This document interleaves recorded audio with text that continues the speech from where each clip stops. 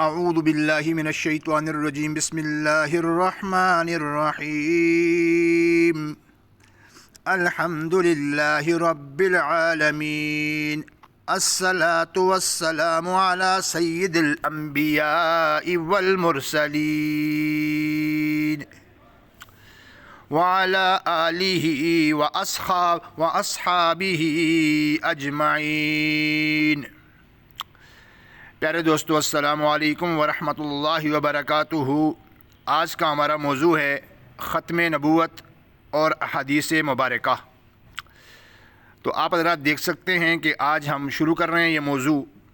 یہ مولانا مفتی محمد شفیع صاحب عثمانی رحمۃ اللہ تعالی علیہ، ان کی کتاب سے مفتی اعظم پاکستان تھے، ختم نبوت کامل تھی، اس کا انہوں نے یہ ہم نے بنایا ہے، ایک بھائی نے بنایا ہے، انہوں نے ہمیں بھیجا ہے، میں نے کہا آپ سے بھی شیئر کروں۔ حدیث نمبر 1 جو کہ کنز میں اور ابن عساکر میں بھی موجود ہے۔ عن ابی ہریرہ رضی اللہ تعالی عنہ ان رسول اللہ صلی اللہ علیہ وسلم قال ان مثلی ومثل الانبیاء من قبلی کمثل رجل بنا بیتا فاحسنہ واجملہ ان موعظ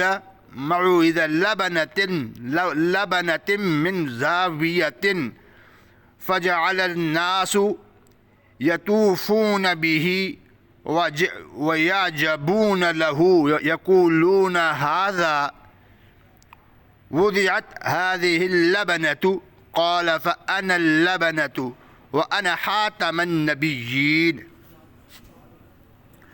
یہ حدیث شریف صحیح بخاری میں، صحیح مسلم میں، نسائی میں اور ترمذی میں بھی ہے، اور اس کو امام احمد نے بھی روایت کیا۔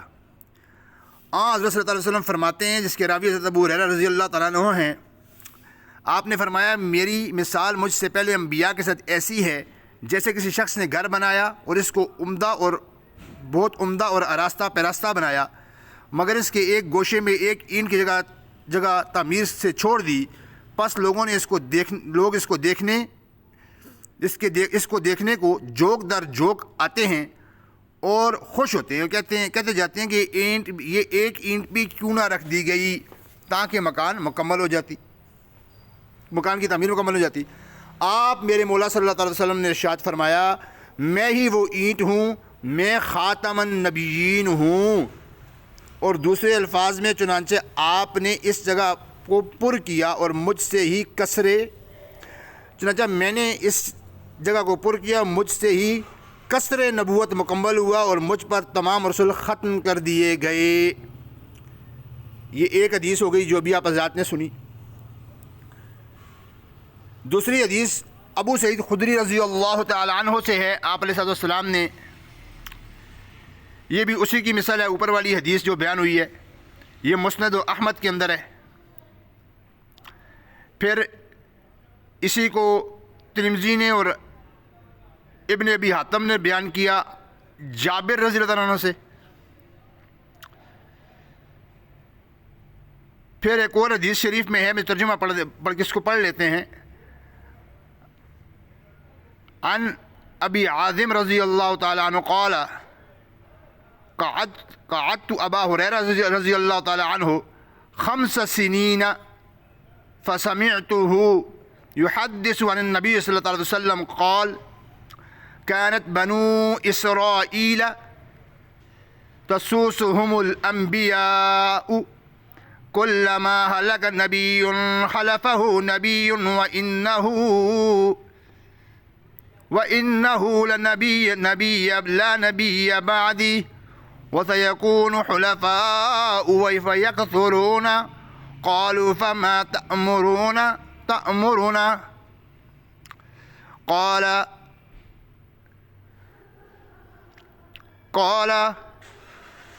فببيعة الأول فالأول أعطوهم حقهم فإن الله سائلهم عما استرعاهم۔ بخاری میں، مسلم میں، احمد میں، ابن ماجہ میں، ابن جریر نے اور ابن شیبہ نے اس کو روایت کیا۔ ابو حازم رحمۃ اللہ علیہ فرماتے ہیں کہ میں ابو ہریرہ رضی اللہ عنہ کے ساتھ رہا 5 سال۔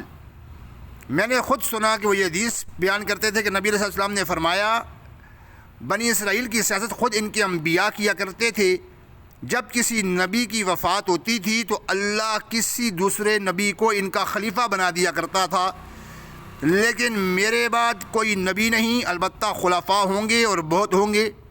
صحابہ نے عرض کیا یا رسول اللہ صلی اللہ علیہ وسلم ان خلفاء کے متعلق آپ کیا حکم فرماتے ہیں؟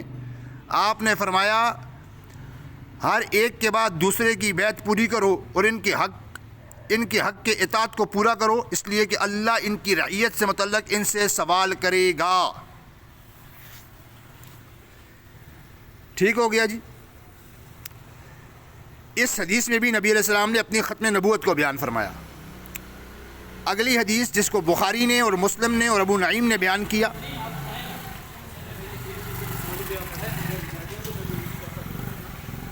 جبیر ابن مطعم رضی اللہ تعالی عنہ فرماتے ہیں نبی علیہ السلام نے ارشاد فرمایا انا محمد وانا احمد وانا ماحی الذی یمحى بی الکفر وانا حاشر الذی یحشرون الناس علی عقبی وانا العاقب والعاقب الذی لیس بعده نبی۔ جبیر ابن مطعم رضی اللہ تعالیٰ عنہ فرماتے ہیں نبی کریم رؤوف رحیم صادق و امین صلی اللہ علیہ وسلم نے فرمایا میں محمد ہوں، میں احمد ہوں، میں ماحی ہوں، میرے ذریعے کفر کو مٹایا جائے گا، میں عاشر ہوں، میرے بعد ہی قیامت آئے گی اور حشر بپا ہوگا، اور میں عاقب ہوں۔ عاقب اس شخص کو کہا جاتا ہے جس کے بعد کوئی نبی نہ ہو۔ اگلی حدیث نبی علیہ السلام نے فرمایا تم سے پہلی امتوں میں محدث ہوا کرتے تھے، پس اگر میری امت میں کوئی محدث ہے تو وہ عمر ہے۔ اور اسی حدیث کے دوسرے الفاظ یہ ہیں کہ تم سے پہلے بنی اسرائیل میں کچھ لوگ مکلم ہوا کرتے تھے بغیر اس کے کہ وہ نبی ہوں، پس اگر میری امت میں اگر ان میں سے کوئی میری امت میں بھی ہو سکتا ہے تو وہ عمر ہے۔ بخاری اور مسلم شریف کی متفقون علیہ حدیث ہے یہ۔ اگلی حدیث پر آ جائیں۔ نبی علیہ السلام نے حضرت علی سے فرمایا تم میرے ساتھ ایسے ہو جیسے موسیٰ علیہ السلام کے ساتھ حضرت ہارون تھے، مگر میرے بعد نبی نہیں۔ اور مسلم شریف میں اتنی بات زیادہ ہے کہ نبی علیہ السلام جب جہاد پہ جا رہے تھے تو جناب ابوبکر کو ساتھ، حضرت عمر کو ساتھ نہیں لے گئے، تو حضرت عمر نے فرمایا کہ مجھے بچوں اور عورتوں میں چھوڑ رہے ہیں، یعنی کہ انہیں یہ غم تھا کہ میں ساتھ جہاد میں کیوں نہیں جا رہا۔ تو اس موقع پر اللہ کے نبی علیہ السلام تسلی دیتے ہوئے کہا کہ تم میرے ساتھ ایسے ہو جیسے موسیٰ کے ساتھ ہارون۔ اب اتنی بڑی شان ان دو ہستیوں کو ملی ہے، قادیانی یہ بتائیں کہ یار یہ نبی کیوں نہیں بنے؟ 1400 سال میں ایک ہی بنا ہے تمہارے نزدیک، وہ بھی کانا ٹنڈا لنجا شرابی۔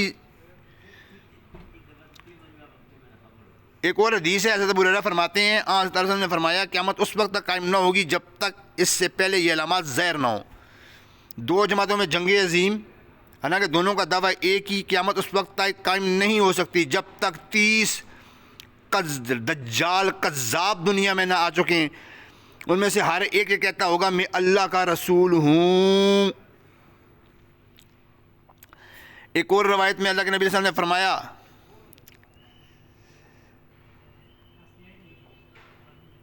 نے فرمایا بے شک قیامت سے پہلے 30 جھوٹے نمودار ہوں گے جن میں سے ہر ایک کہے گا میں نبی ہوں۔ حضرت صوبان کی روایت میں ہے جو ابو داؤد کے اندر موجود ہے، قریب ہے میری امت میں 30 جھوٹے دجال پیدا ہوں گے جن میں سے ہر ایک کہے گا میں نبی ہوں، حالانکہ میں خاتم النبیین۔ اگر سے فرماتے ہیں میں خاتم النبیین ہوں، میرے بعد کوئی نبی نہیں ہو سکتا۔ لا نبی بعدی، لا نبی بعدی، کوئی نبی نہیں۔ یہ 10 احادیث ہم نے بیان کر دیں۔ تلک عشرۃ کاملہ۔ وآخر دعوانا الحمدللہ رب العالمین۔